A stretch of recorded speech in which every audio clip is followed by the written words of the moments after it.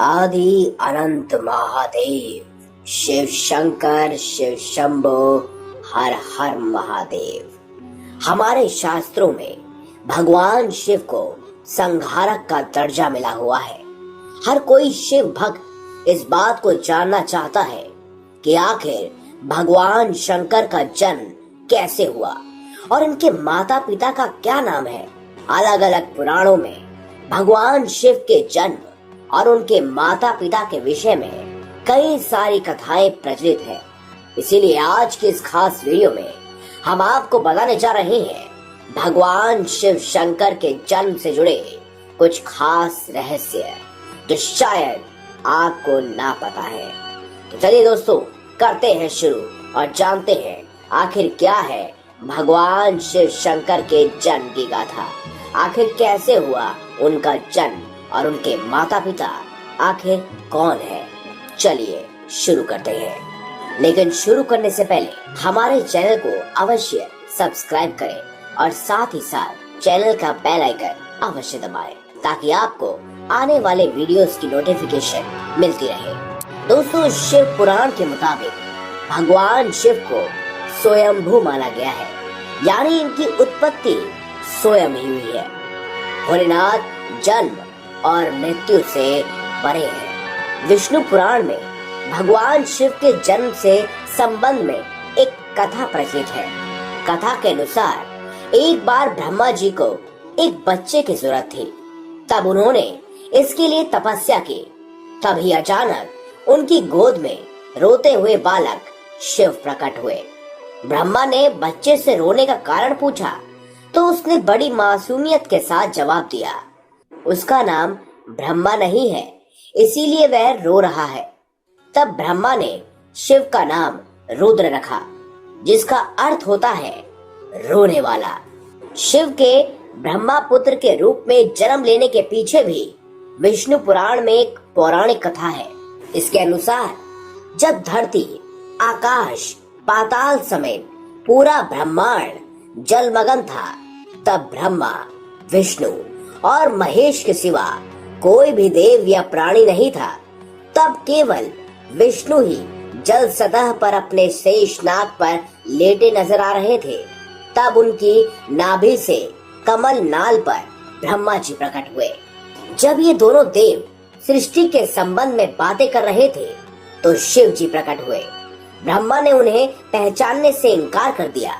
तब शिव के रूठ जाने के भय से भगवान विष्णु ने ब्रह्मा को शिव की याद दिलाई।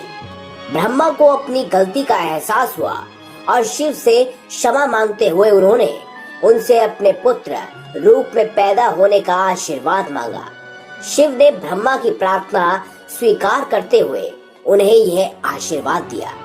लेकिन दोस्तों, जितना ये आपको साफ साफ नजर आता है या सरल लगता है, उतना सरल है नहीं। ये बहुत ही संगीन है, यानी कि ये मामला बहुत ही उलझा हुआ है कि आखिर शिव के पिता कौन है। ऐसे में एक बार माता पार्वती ने भी शिव से पूछा था कि आखिर आपके पिता कौन है, आपका जन्म कैसे हुआ, और इस पर भगवान शिव ने क्या कहा, चलिए वो भी सुनते हैं। लेकिन इस कहानी को आगे बताने से पहले, इस कथा का उजागर करने से पहले आपको ये भी बता दें कि एक बार नारद जी ने भी ब्रह्मा जी से सवाल किया था कि सृष्टि का निर्माण किसने किया, भगवान विष्णु ने या फिर भगवान शिव ने, और आप तीनों को किसने जन्म दिया, यानी आपके तीनों के पिता माता कौन है।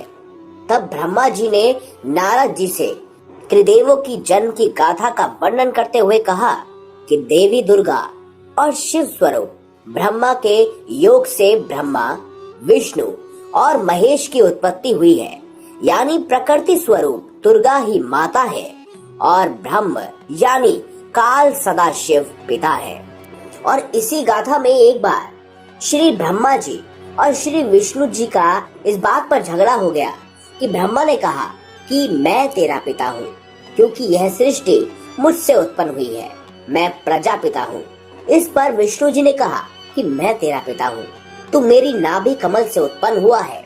सदाशिव ने विष्णु जी और ब्रह्मा जी के बीच में आकर कहा, हे पुत्रो, मैंने तुमको जगत की उत्पत्ति स्थिति रूपी की 2 कार्य दिए हैं। इसी प्रकार मैंने शंकर और रुद्र को 2 कार्य, संहार और तिरोगति दिए हैं। मुझे वेदों में ब्रह्म कहा जाता है। मेरे 5 मुख हैं। एक मुख से आकार, दूसरे मुख से उकार, तीसरे मुख से मुकार और चौथे मुख से बिंदु और साथ ही साथ 5वें मुख से नाद यानी कि शब्द प्रकट हुए हैं। उन्हीं 5 अवयवों से अभिभूत होकर एक अक्षर ओम बना है। यह मेरा मूल मंत्र है, यानी कि शिव, ब्रह्मा और साथ ही साथ विष्णु के पिता हैं ब्रह्म, और इन्हीं ब्रह्म से उत्पन्न हुए हैं भगवान शिव शंकर, रुद्र, विष्णु और ब्रह्मा। दोस्तों, अगली आने वाली वीडियो में हम आपको इनके 10 आयामों के बारे में जिक्र करेंगे। ये भी बताएंगे कि भगवान शिव शंकर, भगवान विष्णु और ब्रह्मा जी आखिर कहाँ रहते हैं, इस ब्रह्मांड में उनकी उत्पत्ति कहाँ से हुई। साथ ही साथ आपको ये भी बताएंगे कि ब्रह्मा जी और विष्णु के बीच में होने वाली लड़ाई के पीछे आखिर क्या कारण था, और आपको ये भी बताएंगे कि क्या भगवान शिव शंकर आने वाले समय में या भगवान विष्णु या ब्रह्मा जी दोबारा इस धरती पर अवतरित होंगे।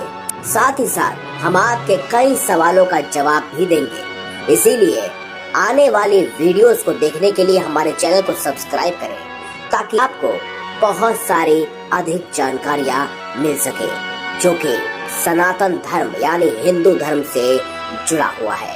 धन्यवाद।